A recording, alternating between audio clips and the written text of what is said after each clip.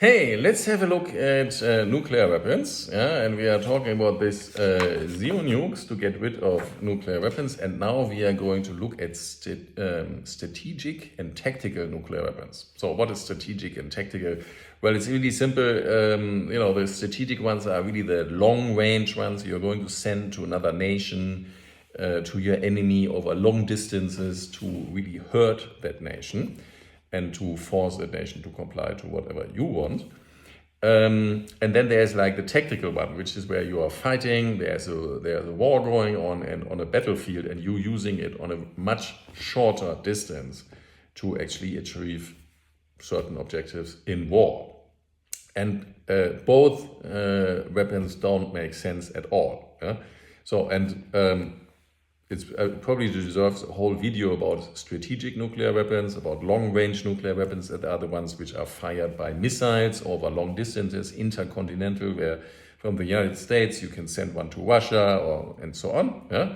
So these are very long-distance strategic weapons, yeah? And the only weapons fired in war or used in war so far in Nagasaki and Hiroshima were sort of strategic nuclear weapon, because they were dropped and they had like the whole campaign thing. There was no fighting going on in Hiroshima or Nagasaki. No, they just wanted to coerce that nation into complying and surrendering.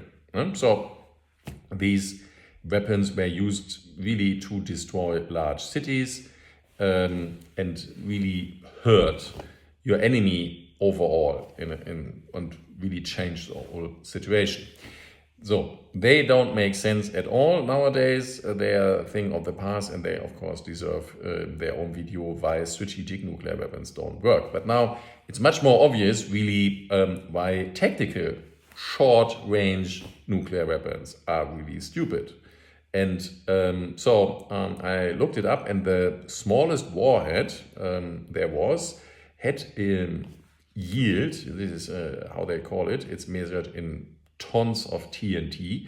So the lowest yield you can set with this kind of nuclear weapon was 10 tons, which is like, imagine you have a whole truckload of explosives and that truck is going to explode. That was like the smallest explosion you could make with a nuclear weapon. But it of course comes with the cost that there's lots of fallout and dirt and radiation coming with this. The maximum of that one was 1 kiloton, so 1,000 tons. That would be like if your standard truck is like holding, let's say, 20 tons of that stuff. Yeah, so you would have like 50 trucks. It's like not that much in the sense of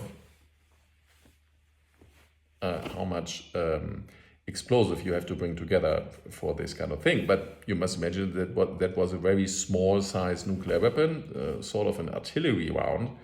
And the idea was, it was an artillery round. That means you can only fire it with artillery. So it's going over a distance, maybe like 10 kilometers or 10 miles. It's really short. You're just firing it. It's not going to fly far. It's going to be there in your area. So you get already that, using a nuclear weapon, and they come with all kinds of effects of radiation and fallout and blast and all kinds of stuff, which is really bad. You don't really want to fire it in your front yard. So that was like really fun. There's a movie where you see there in Las Vegas, and then there was a nuclear weapons test on the surface, and you see the bang and the mushroom cloud in Nevada on the test site, and they're in Las Vegas, and they watch it, and it's, man. And because, the thing is, you are destroying the countryside, there's radiation and so on and so on. So there are all these effects. And in the First World War, they used extensively chemical weapons. So they used like phosgene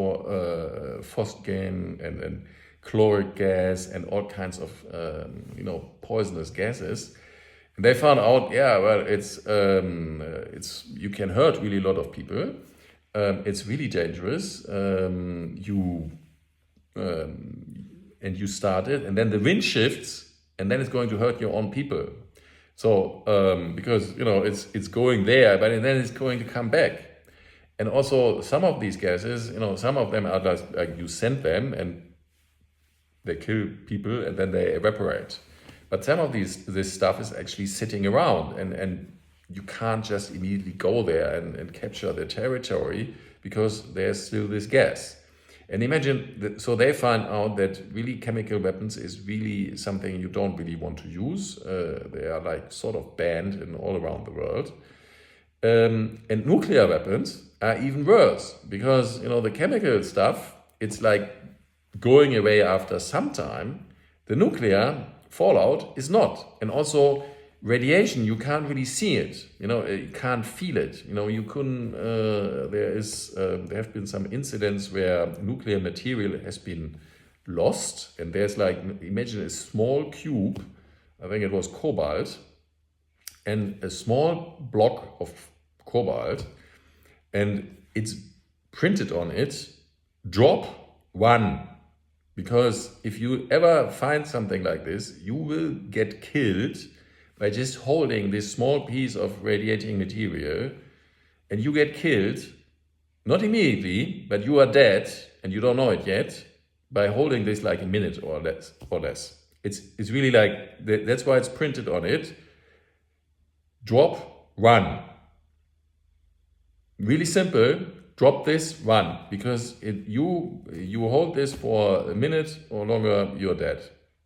You're not immediately dead right now, but you're going to die a really horrible death over the next days because you just absorb this amount of radiation into your body and that killed you. You can't see it, you can't feel it, it's really terrible. So, and now imagine you are fighting a war. And you now want to use nuclear weapons. Usually, the one who is on the not the one who is thinking who's going to suffer more is maybe the one who is likely using these weapons, but we don't know. But imagine your enemy is attacking you, and now you think, we have nuclear weapons. We just drop nuclear weapons. We send them by short-range missiles, artillery, aircraft, whatever. Is that a good idea? No, because if you are fighting a war and it's maybe your own countryside, you're completely nuking and destroying your countryside and making it uninhabitable for decades. And that's also like in Germany, we have the capability of using nuclear weapons, which will be supplied by the USA, on a German aircraft and use and drop nuclear weapons on an enemy. But we would, because the range of this aircraft is really short, it's going to be really near. And the aircraft usually is not really starting at the front. They come from back there, then they're going to fly back and forth. So you're not going to drop the weapon like thousands of kilometers deep in enemy territory. No, you're dropping it right next door. It's like if you have a house, you would be dropping a nuke on your front yard. And then you can't use that front yard for the next 10, 20, 30 or 50 years. And everybody who goes there is going to die, gets ill and so on. Is that a good idea? No. So, tactical nuclear weapons don't make sense at all. You are completely destroying what you want to defend. It's like completely stupid. It's just like that everybody was like trying out stuff and they produced it and they could, and then the military people told you that it's necessary, but it's completely stupid.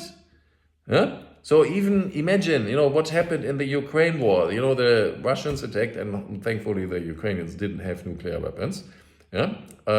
So the Russians attacked. They went in. They had initial really gains. They went near to Kiev, but then they had to retreat because the Ukrainians were fighting back. They were doing it quite cleverly. They also the Russians, their logistics is crap. Their military is like there's a lot of corruption. So a lot of stuff didn't really work. They were not prepared. So they were falling back, and now we see that they are just fighting. But the Ukrainians are fighting to protect their country.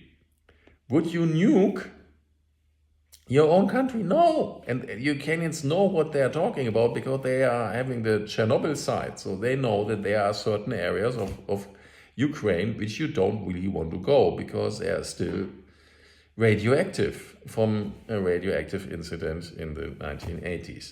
So, do you want to use tactical nuclear weapons? No, it's completely useless. Why do we have this kind of stuff? It's bullshit. Sorry for the word.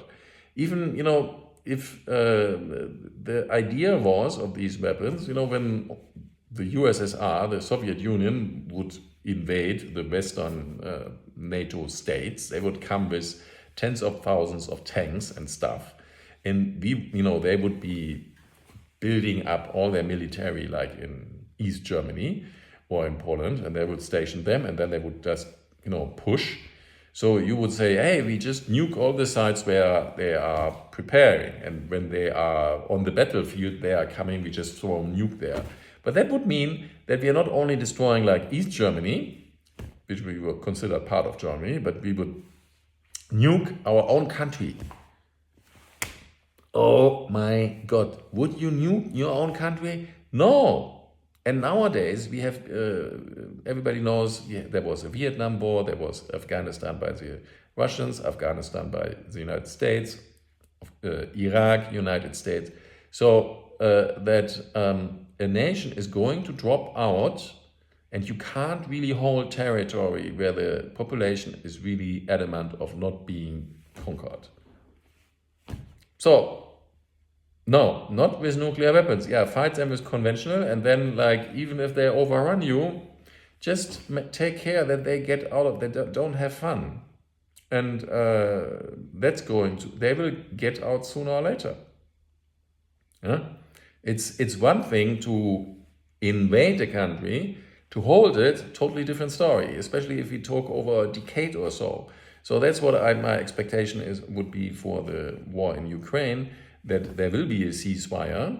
And then it really depends on how much is the Ukrainian population willing of getting the Russians out of that territory. Because, if they are just going and are willing to put in the effort and willing to put in their own casualties to go for an insurgency type of war for a decade, and just destroy, make a ceasefire and still use all the drones and stuff and insurgency to really hurt the Russians, they're likely going to withdraw at some point of time.